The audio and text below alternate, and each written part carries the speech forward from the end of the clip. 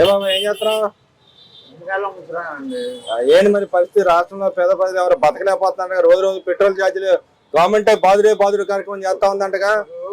Petrol గురించి పెరిగినాయి అంటే అది మంద కాదు, అది తప్పు. అది ఆ యుద్ధం గురించి జరిగిన దాని వల్ల అలా పెరిగింది. అంతేగాని మన తప్పే ఉంది. మన రాష్ట్ర ప్రభుత్వం ఏం పెంచింది కాదుగా. అది తెలిసిన వాళ్ళకి తెలుసు అన్నా, నిమ్మకాయలు అన్న తెలిసిన వాళ్ళకి తెలుసు. తెలియని వాళ్ళు ఏమనుకుంటారంటే ఓ రాష్ట్ర ప్రభుత్వం పెంచేస్తుంది, రాష్ట్ర ప్రభుత్వం పెంచేస్తుంది అని అనుకుంటున్నారు. వాళ్ళు నరేంద్ర మోడీ గారు కూడా బంగారం కొనొద్దన్నారు. ఇప్పుడు బంగారం కొనొద్దన్నారు, లేనుడు కొండు ఆగిపోతాడు, ఉన్నోడు ఆగుతున్నాడా? కొనుక్కుంటున్నాడుగా. ఇప్పుడు పెట్రోల్ కూడా ఇప్పుడు 10 రూపాయలు పెరిగింది, ఇప్పుడు కొంటలేదా? కొంటున్నారుగా.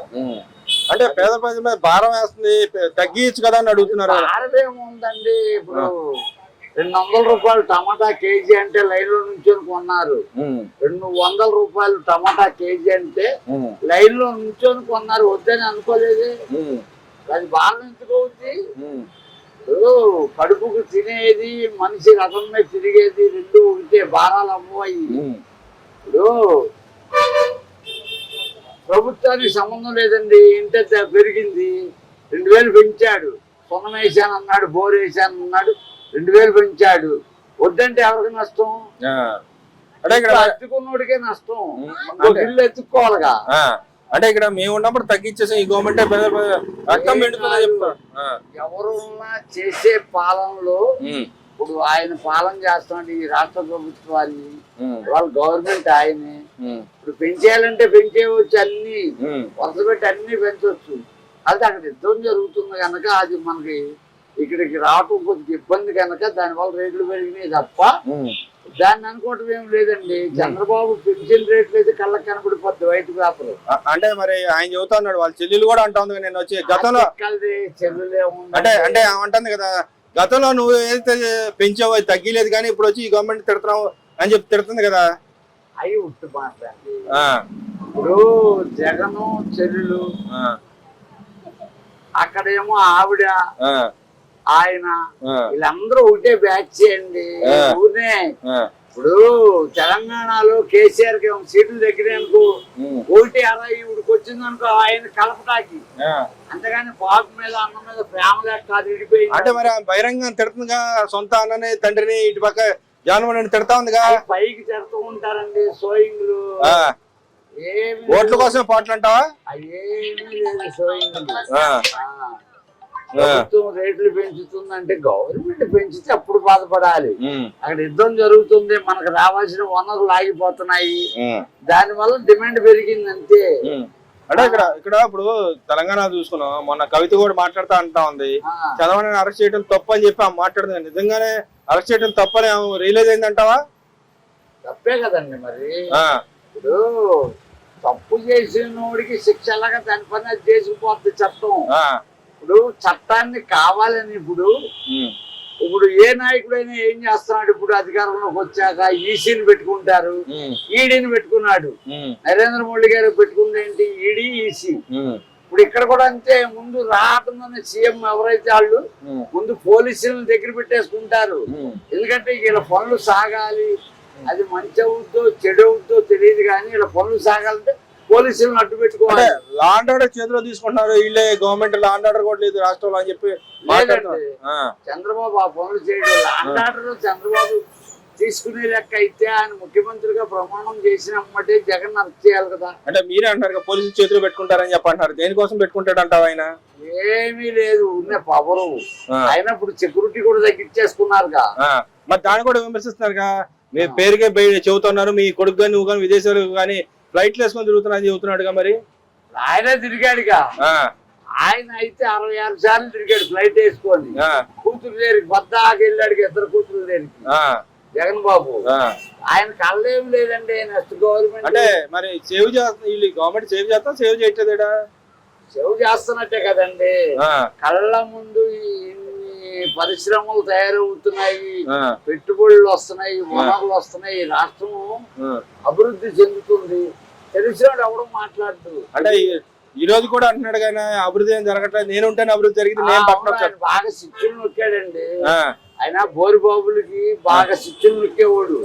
జగన్ బాబు శిక్షణ నొక్కటమే బోరు బాబులకి, మోటార్లు వేయటం మోటార్లు తీయటమే ఆయన చేసిన పని. అంటే ఆ బోరు బావులు ఏమున్నాయి అంటావు? ఏముంటాయి, తోడే కొద్దిగా నీళ్లు ఉంటాయి. నీళ్ళనే ఇంకేమైనా వస్తాయి అంటావా? నీళ్ళే వచ్చేది, ఇక ఏముంది ఆయన నెంటి బిందులు ఏం పడవు తోటకి. ఆయన ఊటే అనుకుంటున్నాడండి, ప్రతిపక్ష వాదా లేదు.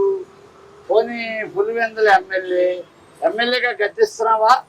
పోనీ వచ్చి గద్దించు. ఇప్పుడు ఆ చాటుపాటు మాటలెందుకు, నీ మీడియా ఉందని నీకు ప్రతి వాళ్ళు మీడియా పెట్టేసుకుంటున్నారండి. ముందు అంటే ఏం చెప్పినా నమ్ముతారు, మీడియా చెప్పినా నమ్మేస్తారంటారు అసలు ప్రజలు?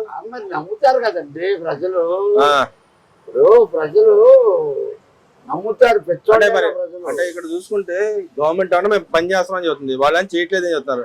నిజం ఎట్లా తెలిసింది అంటావు? మరి నిజం కళ్ళతో చూడాలిగా. మరి నువ్వే అంటావు.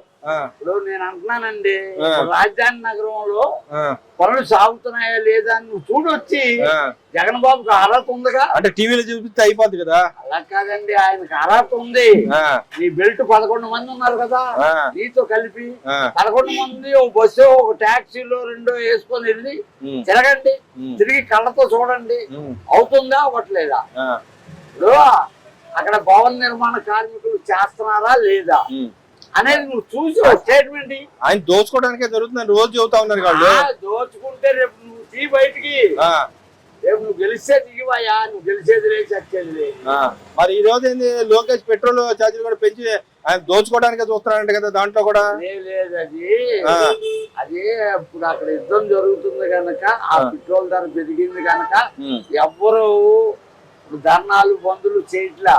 ఎందుకని చేయట్లేదు? ఇందుకే ప్రతి ఓడికి తెలుసు అక్కడ ఏం జరుగుతుంది అనేది, పెట్రోల్ పరిస్థితి ఎలాగుందనేది.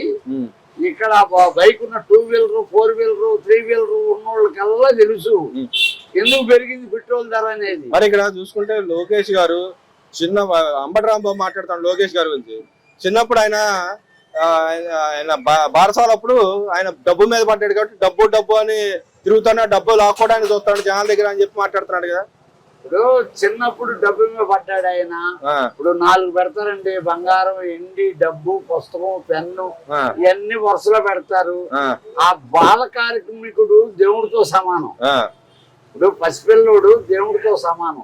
వాడు పట్టుకోవాలనుకుంటే అది పట్టుకుంటే అది తప్పైపోద్దా? అది తప్పని చెబుతున్నాడు అంబటి రాంబాబు. ఆడు పెచ్చోడండి, ఆడి పాములోడాడు. ఇప్పుడు పాములాడు అంటే ఆయన ఒక పక్క మన నాయకుడు అయితే జాతుల్లో బ్యాక్వర్డ్ క్యాస్ట్ అని ఒకటి ఉంది. కాపు నాయకుడు అంటే ఆయన పెద్ద కాపు నాయకుడు కదా. ఎస్టీ క్యాస్ట్ ఒకటి ఉంది. దాంట్లో ఎరుకుల, యానాది, సెంచుల, పాముల, నక్కల అన్ని కలుస్తాయి. ఇది నక్కలోడు. అదే బాగున్నావు. మోకాల నొప్పులకి మందు ఇచ్చే నక్కలోడండి. ఆడికేమొచ్చి అమ్మడి రాంబాబు గారికి. అమ్మడి రాంబాబు ఒకడు, ఆ బొత్స సత్యనారాయణ ఒకడు. బొత్స సత్యనారాయణ మాట మాట్లాడితే ఎవరికి అర్థం కాదు. పార్టీ కూడా మారిపోతున్నాడు కదా. అమ్మ అంటున్నాడు, నీకు అమ్మ అంటాడు కూడా తెలియదు. పార్టీ కూడా మారిపోతున్నాడు ఆయన. వచ్చేస్తారు ఇక ఏముంటారండి. ఆ పార్టీలో విలువ లేదు వీళ్ళకి. వైసీపీ పార్టీలో విలువలు లేవు.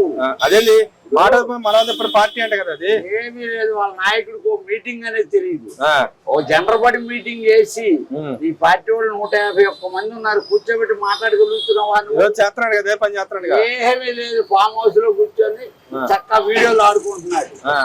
మరి రాబోయే రోజుల్లో జనాల్లో మధ్య తిరుగుతాడంట పాదయాత్రలో. ఏం తిరిగినా అండి, ఏదైనా ఒక టైము, ఏదైనా ఫస్ట్ టైము గడ్డాలు పట్టుకున్నాడు, మూతులు పట్టుకున్నాడు, పెదాలు పట్టుకున్నాడు, గింజన్నం తిన్నాడు. జగన్ బాబు వాళ్ళ నాన్న చూసి వేసారు ప్రజలు.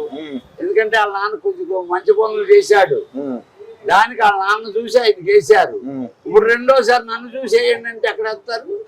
చూశారు కానీ 5 ఏళ్ళు ఈ గవర్నమెంట్ చేస్తుందంటే ఆయన చేసిన కదా. ఆయన గుర్తు మాట్లాడండి.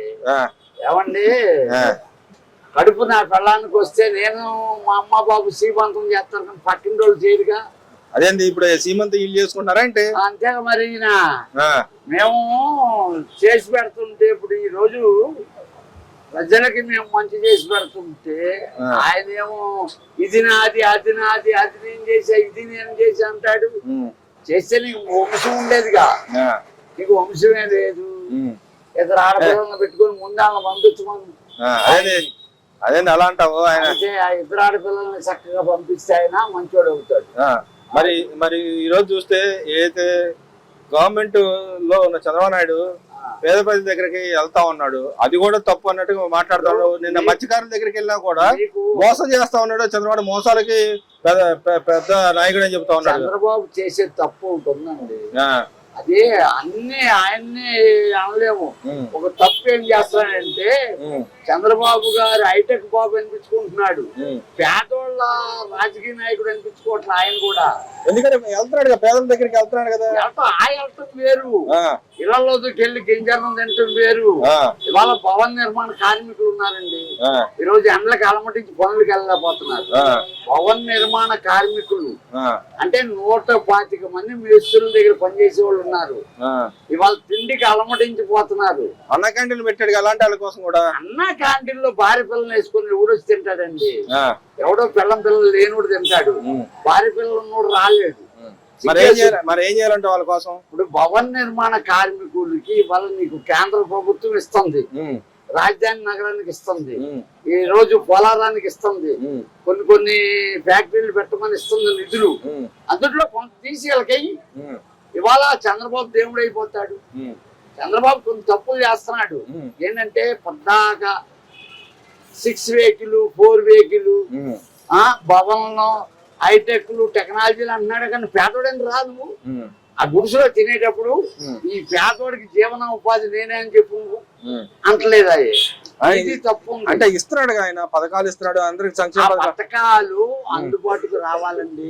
ఇవాళ అన్నాడు, గతంలో ఇదే చంద్రబాబు గారు అన్నాడు కుటుంబ నియంత్రణ ఇద్దరికి ఎక్కువ ఉండకూడదని. ఇదే చంద్రబాబు ఇవాళ 4 కమల పిల్లలు పుడితే 40,000 వేస్తానంటున్నాడు. ఎందుకంటావు అది? 4 పిల్లలు పుడితే తల్లి బతుకుద్దా? అంటే జనాభా పెంచమంటున్నాడు కదా రేపు పొద్దున ఫ్యూచర్ లో. అవునండి, జన సమీకరణలో జనం తగ్గారు, ఇవాళ జనాన్ని పెంచండి అంటున్నావు, బానే ఉంది. నేను నిధులయ్యి అంటే రాబోయే సంవత్సరం కోసం కష్టపడు. ఎండాకాలానికి సెలవేంద్రాలు పెట్టావు, టెంట్లు వేసావు, ఏంటి ఎక్కడ గతంలో అసలు ఉండే అసలు లేవు. ఎందుకని? గతంలో అంత ఆలోచన లేదు. ఇప్పుడు గతంలో మీ నాన్నగారు నీకు ₹1 ఇస్తే పరమానందం, ఇవాళ నీ కొడుకు నువ్వు 500 ఐటమ్ ఇస్తే ఆడు ఊరికి నేను మార్చి అవతల పడేస్తున్నాడు. ఎందుకని ఎంత మార్పు వచ్చేసింది చూసారా? అది